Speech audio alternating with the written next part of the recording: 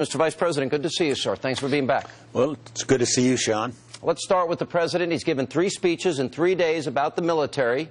He's got, let's see, we've outed a CIA operative in Afghanistan. We have a VA scandal that is breathtaking in terms of how inappropriate it is for our vets. And we also have America, is it in decline in terms of its perception around the world? I think the perception around the world is increasingly negative, Sean, but I think the main focus is on our president. He's a very, very weak president, maybe the weakest, certainly in my lifetime. And I know from my own experience on a recent trip through the Middle East, spending several days talking with folks I've dealt with all the way back to Desert Storm, they all are absolutely convinced that the American capacity to lead and to influence events in that part of the world has been dramatically reduced by this president. We've got a problem of weakness. It's centered right in the White House. So as you go around the world and you talk to leaders that you have known all throughout your career, they're flat out saying they viewed the United States under this president as weak. Absolutely, Sean. You know, we talk about 70 years ago on June 6th, that is a week from Friday, we invaded France at Normandy, D-Day. June 6, 1944. That was the beginning of the end for the Third Reich. It was marked the last stage of World War II and a tremendous victory by the United States, leading the free world against Nazi Germany and against Japan. For those 70 years, the United States has indeed been the leader of the world, the preeminent nation, based in part upon our values, but also upon our military capability and our willingness to back up and support our friends and allies and to wield that military power when necessary. I think there's been a general consensus by our presidents since 1945. I didn't always agree with all of them, obviously, but I think it was a general consensus that the world was more peaceful and much better organized, more orderly, and millions of lives were saved because of U.S. capability, especially military capability. I don't think Barack Obama believes that. I really don't think he shares that consensus view. You know, I've been listening to the president the last 3 days and at West Point earlier today, and I get the feeling, I don't think this president grasped the difference between ending a war and actually winning a war. I think we pulled out of Iraq because he thought the good war was in Afghanistan too early, and seemingly we're doing the same thing in Afghanistan. He seems proud of the fact he's ending something. Did we win those wars? Well, we would have won in Iraq, I believe, if he had done what he should have done, which was to negotiate a stay-behind agreement with the Iraqis so there would be a U.S. force there, not to be heavily engaged in combat, but to provide the training and the support that was needed. Because he failed to do that, we ended up now with the only military presence in Iraq is our military attaché at the embassy. What he's now announced on Afghanistan, going to 0 U.S. force in Afghanistan by 2016, totally ignores the reason why we went in there in the first place. It's as though he wasn't even around when 9/11 happened. You know, the reason we went into Afghanistan is because 19 guys armed with airline tickets and box cutters who had trained in Afghanistan were supported out of Afghanistan by Al-Qaeda, and Osama bin Laden came over here and killed 3,000 Americans on 9/11. And we went in there with very, very good sound reason.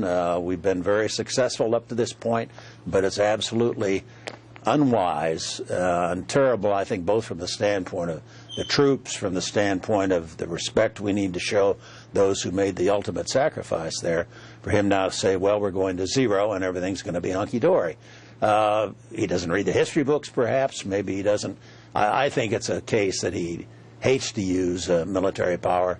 He doesn't believe it's ever justified, and I think his speech today is going to put fear once again into the hearts of our allies who don't believe they can count on the U.S. So he really didn't preside over the ending of 2 wars, but the losing of 2 wars based on his decision. Isn't that a pretty contemptible record? I mean, are we now leaving Afghanistan to the tender mercies of the Taliban? Are they going to come back in power? Well, remember there was a time back in the 80s when the United States was supporting the Afghan mujahideen against the Soviets. We had help from others doing that.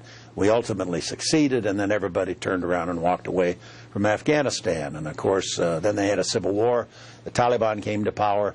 Ultimately, Osama bin Laden found safe haven there and trained 20,000 terrorists in the late 90s. We should have learned from that. It's very important that we maintain a presence there and that we sign a status of forces agreement. This is not a new concept. We've done it all over the world. We still have forces in Korea today, and Germany and Japan, for good and sufficient reason, because it's in our interest to be there, because we can help stabilize the area. Afghanistan's important, too, because of the neighborhood it's in. Right next door is Pakistan. What's Pakistan? Well, they've got about 100 nukes.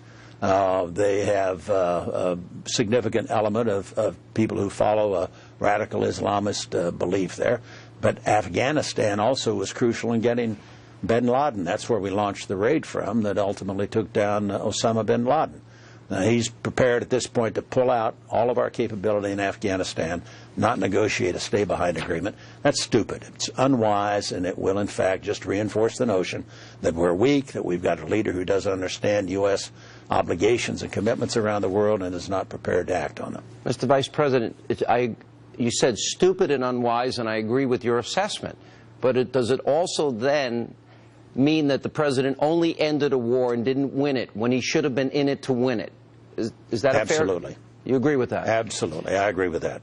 Let me add, places. We're now in the 6th year of the Obama presidency, and frankly, I can't even believe it, but there's still an obsession to blame the Bush-Cheney administration. In this case, it's about the VA scandal. Now, I want you to listen to Nancy Pelosi through this prism. President Obama, then candidate Obama in 2007, 2008, 2009, 10, 11, 12, and 13, talked about how he was going to help veterans in the VA, in the hospitals, etc. But here's what Nancy Pelosi said based on this scandal. We see the ramifications of some seeds that were sown a long time ago when you have 2 wars over a long period of time and many, many more millions more veterans. Maybe when we go into war, we should be thinking about its consequences and its ramifications. You would think that would be a given, but maybe it wasn't. The president campaigned on this starting in 2007. You see how bad the scandal is. You know the Inspector General report came out today. What is your reaction to her? Well, I've always had a difficult time taking Nancy Pelosi seriously. 6 years out since we left office, and we're still blamed by Barack Obama and Nancy Pelosi, obviously, for their current troubles. They're the ones in power today, and as you point out, Sean, you and on your show, you've done a great job of laying out the Obama record of all the times he said he's going to get to the bottom of it. And, of course, the Inspector General report I haven't seen, I've heard about today, in effect finds that the charges and the claims coming out of Phoenix with respect to the scandal at the VA are indeed accurate, that the service there has been so bad that indeed it's threatened the lives of our veterans. That's an outrage. Let me ask you about this.